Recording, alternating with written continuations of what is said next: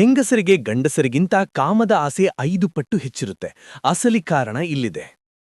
ಪುರುಷರಿಗಿಂತ ಮಹಿಳೆಯರಿಗೆ ಹೆಚ್ಚು ಲೈಂಗಿಕತೆಯ ಅಗತ್ಯವಿರುವ 5 ಕಾರಣಗಳು.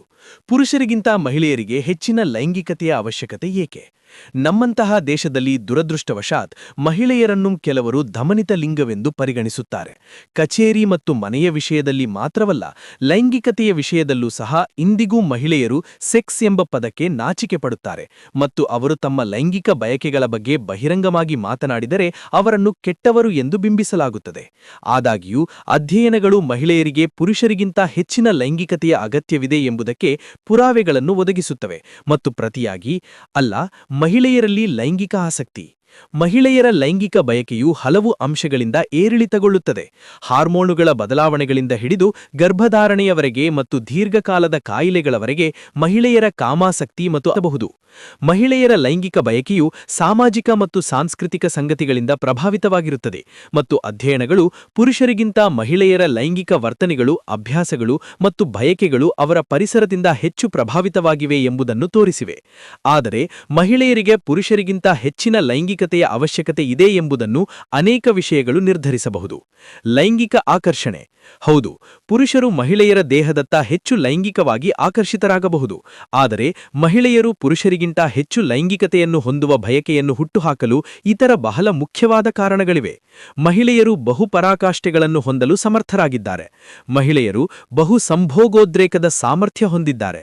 ಹೌದು, ಅವರ ಪ್ರತಿರೂಪಗಳಿಗಿಂತ ಭಿನ್ನವಾಗಿ ಮಹಿಳೆಯರು ಬಹು ಸಂಭೋಗೋದ್ರೇಕದ ಸಾಮರ್ಥ್ಯ ಹೊಂದಿದ್ದಾರೆ.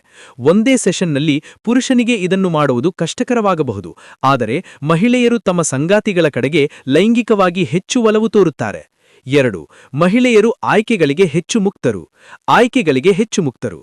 ಪುರುಷರಿಗಿಂತ ಭಿನ್ನವಾಗಿ ಮಹಿಳೆಯರು ಆಯ್ಕೆಗಳಿಗೆ ಹೆಚ್ಚು ಮುಕ್ತರು. ಒಂದು ಅಧ್ಯಯನದ ಪ್ರಕಾರ ಪುರುಷ ಲೈಂಗಿಕತೆ, ಪುರುಷ-ಮಹಿಳೆ ಲೈಂಗಿಕತೆ ಮತ್ತು ಮಹಿಳೆ ಲೈಂಗಿಕತೆಯನ್ನು ತೋರಿಸಿದ ಪುರುಷರನ್ನು ನಂತರದ 2 ಲೈಂಗಿಕತೆ ಹೆಚ್ಚು ಪ್ರಚೋದಿಸಿತು ಮತ್ತು ಮೊದಲನೆಯದರಿಂದ ಹೆಚ್ಚು ಪ್ರಚೋದಿಸಲ್ಪಟ್ಟಿಲ್ಲ. ಆದಾಗ್ಯೂ ಮಹಿಳೆಯರಿಗೆ ಮೇಲಿನ ಎಲ್ಲವನ್ನೂ ತೋರಿಸಿದಾಗ ಅವರು ಅವರೆಲ್ಲರಿಂದಲೂ ಪ್ರಚೋದಿಸಲ್ಪಟ್ಟರು. ಮಹಿಳೆಯರು ಯಾರಿಂದ ಪ್ರಚೋದಿಸಲ್ಪಡುತ್ತಾರೆ ಎಂಬುದನ್ನು ಆಯ್ಕೆ ಮಾಡುವುದರ ಬದಲು ಪ್ರಚೋದಿಸಲ್ಪಡುವ ಹೆಚ್ಚಿನ ಶಕ್ತಿಯನ್ನು ಹೊಂದಿರುತ್ತಾರೆ. 3. ಸ್ಪರ್ಶಿಸುವುದು, ಮಾತನಾಡುವುದು ಮತ್ತು ನಂತರ ಲೈಂಗಿಕತೆ. ಸ್ಪರ್ಶಿಸುವುದು, ಮಾತನಾಡುವುದು ಮತ್ತು ನಂತರ ಲೈಂಗಿಕತೆ.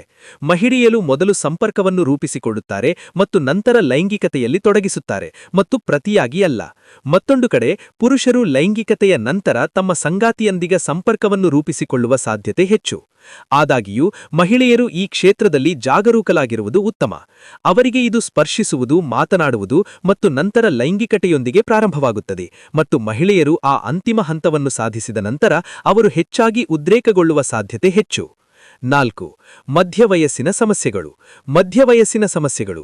ಮಧ್ಯವಯಸ್ಸಿನ ಮಹಿಳೆಯರು ತಮ್ಮ 20ರ ಹರೆಯರಿಯ ಹುಡುಗಿಯರಿಗಿಂತ ಹೆಚ್ಚಾಗಿ ಪೂರೈಸಿಕೊಳ್ಳಲು ಹಲವಾರು ಲೈಂಗಿಕ ಬಯಕೆಗಳನ್ನು ಹೊಂದಿದ್ದಾರೆ. ವಿಜ್ಞಾನದ ಪ್ರಕಾರ ಮಹಿಳೆಯರು ಋತುಬಂಧದ ವಯಸ್ಸನ್ನು ಸಮೀಪಿಸಲು ಪ್ರಾರಂಭಿಸುತ್ತಾರೆ ಮತ್ತು ಕಾಲಾನುತರದಲ್ಲಿ ತಮ್ಮ ಲೈಂಗಿಕ ಬಯಕೆ ಕಡಿಮೆಯಾಗುತ್ತದೆ ಎಂದು ಭಯಪಡುತ್ತಾರೆ. 5. ಹೆಚ್ಚಿನ ಲೈಂಗಿಕ ಬಯಕೆ. ಉನ್ನತ ಲೈಂಗಿಕ ಬಯಕೆ. ಮಹಿಳೆಯರು ತಮ್ಮ ಸಂಗಾತಿಯನ್ನು ಆಯ್ಕೆ ಮಾಡಿಕೊಂಡ ನಂತರ ಈ ಮೊದಲ ಹೆಜ್ಜೆಯಲ್ಲಿ ಅವರು ತುಂಬಾ ಜಾಗರೂಕರಾಗಿರುತ್ತಾರೆ.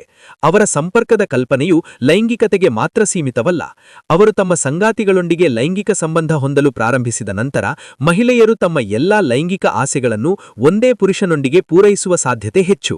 ಸ್ನೇಹಿತರೆ, ಈ ವಿಡಿಯೋ ನಿಮಗೆ ಇಷ್ಟವಾಗಿದ್ದರೆ ಒಂದು ಲೈಕ್ ಮಾಡಿ ಹಾಗೂ ತಪ್ಪದೇ ಈ 1000 ಕನಸು ಚಾನೆಲ್ಗೆ ಸಬ್ಸ್ಕ್ರೈಬ್ ಆಗಿ. ಧನ್ಯವಾದಗಳು.